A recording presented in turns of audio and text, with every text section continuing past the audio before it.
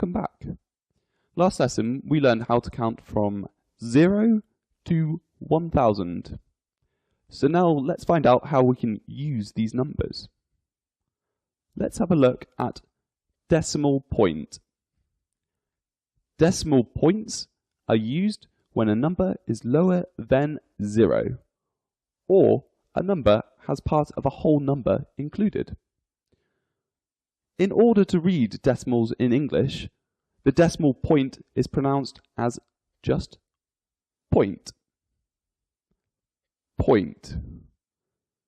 Then each digit is read individually. Point. Let's have a look. Here we have 0.5. 0.5. Here we have 0.25. 0.25. Here we have 0.67. 0.67. Over here we have 0.02. 0.02.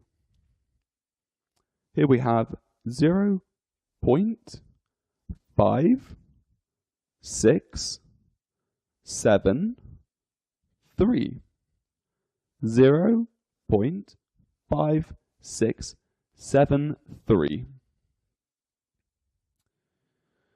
Here we have 3.34. 3.34. So these are the decimal points.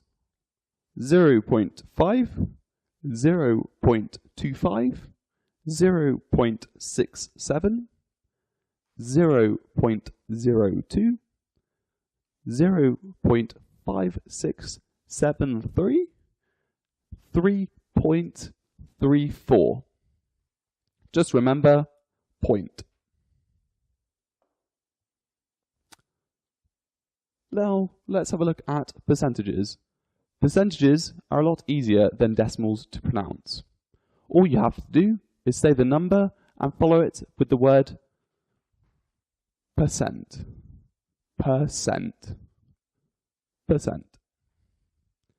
So, let's have a look. Here we have 6%. 6%. Number 25. So 25%. 25%. Here, bit harder. Remember the rules from decimal point. So we have 72.36%. 72.36%. This one, 100%. 100%. This one, 500%. 500%. Let's recap. 6%, 25%, 72.36%, 100%, and 500%. Okay, let's have a look at fractions. So fractions are read using the cardinal numbers for the numerator and the ordinal number for the denominator. This makes the ordinal number plural if the numerator is larger than 1. This rule applies to all numbers except for the number 2, which is read as half. And halves if there is more than 1. This is also the case for number 4, which is read as quarter, and quarters if there is more than one. This is only the case when 2 and 4 are the denominator. So 2 is half, 4 is quarter, and that's only when they're the denominator. Let's have a look at some examples here. We have 1/5, 1/5, 1/5, 3/7, 3/7, 6/8, 6/8. Remember, 2 is half when it's the denominator. So this one is 1/2, 1/2. And this one, 3/4, 3/4. So remember, 4 is read as quarter when it's the denominator, and quarters if there is more than one. So there are 3 quarters. 1/5, 3/7, 6/8, 1/2, and 3/4. Here we have half a cake and a quarter of a cake. 1/2, 1/4. So, in order to read the sum of money, you first need to read the whole number and then add the currency name to the end.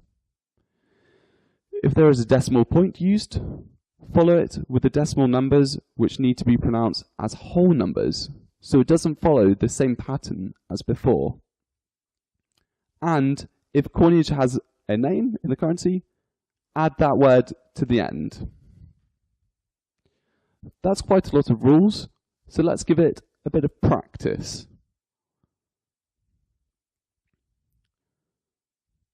Here we have $30. $30.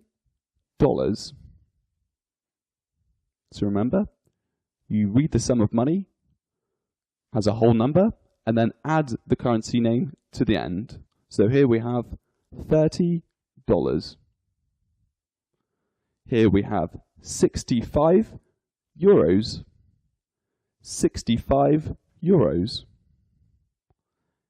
Here we have 101 pounds. 101 pounds. Here we have $55 and 55 cents. $55 and 55 cents. You can also shorten to just 55.55. So 55.55. Here we have 32 euros 76. 32 euros 76. You can shorten it to 32.76. Here we have £10.50. £10.50. Or you can shorten it to 10.50. So we have $30, 65 euros, 101 pounds, $55 and $55.55. Sorry, $55.55. 32 euros 76. £10.50. How do you measure things? So, when pronouncing any measurement, just read out the number and follow it by the appropriate unit of measurement. Very easy. For example, 2 liters. 2 liters. 5 tablespoons. 5 tablespoons. 3 teaspoons. 3 teaspoons. 120 meters. 120 meters. 25 kilometers per hour. 25 kilometers per hour. 6 feet. 6 feet. 2 liters. 5 tablespoons. 3 teaspoons. 120 meters. 25 kilometers per hour.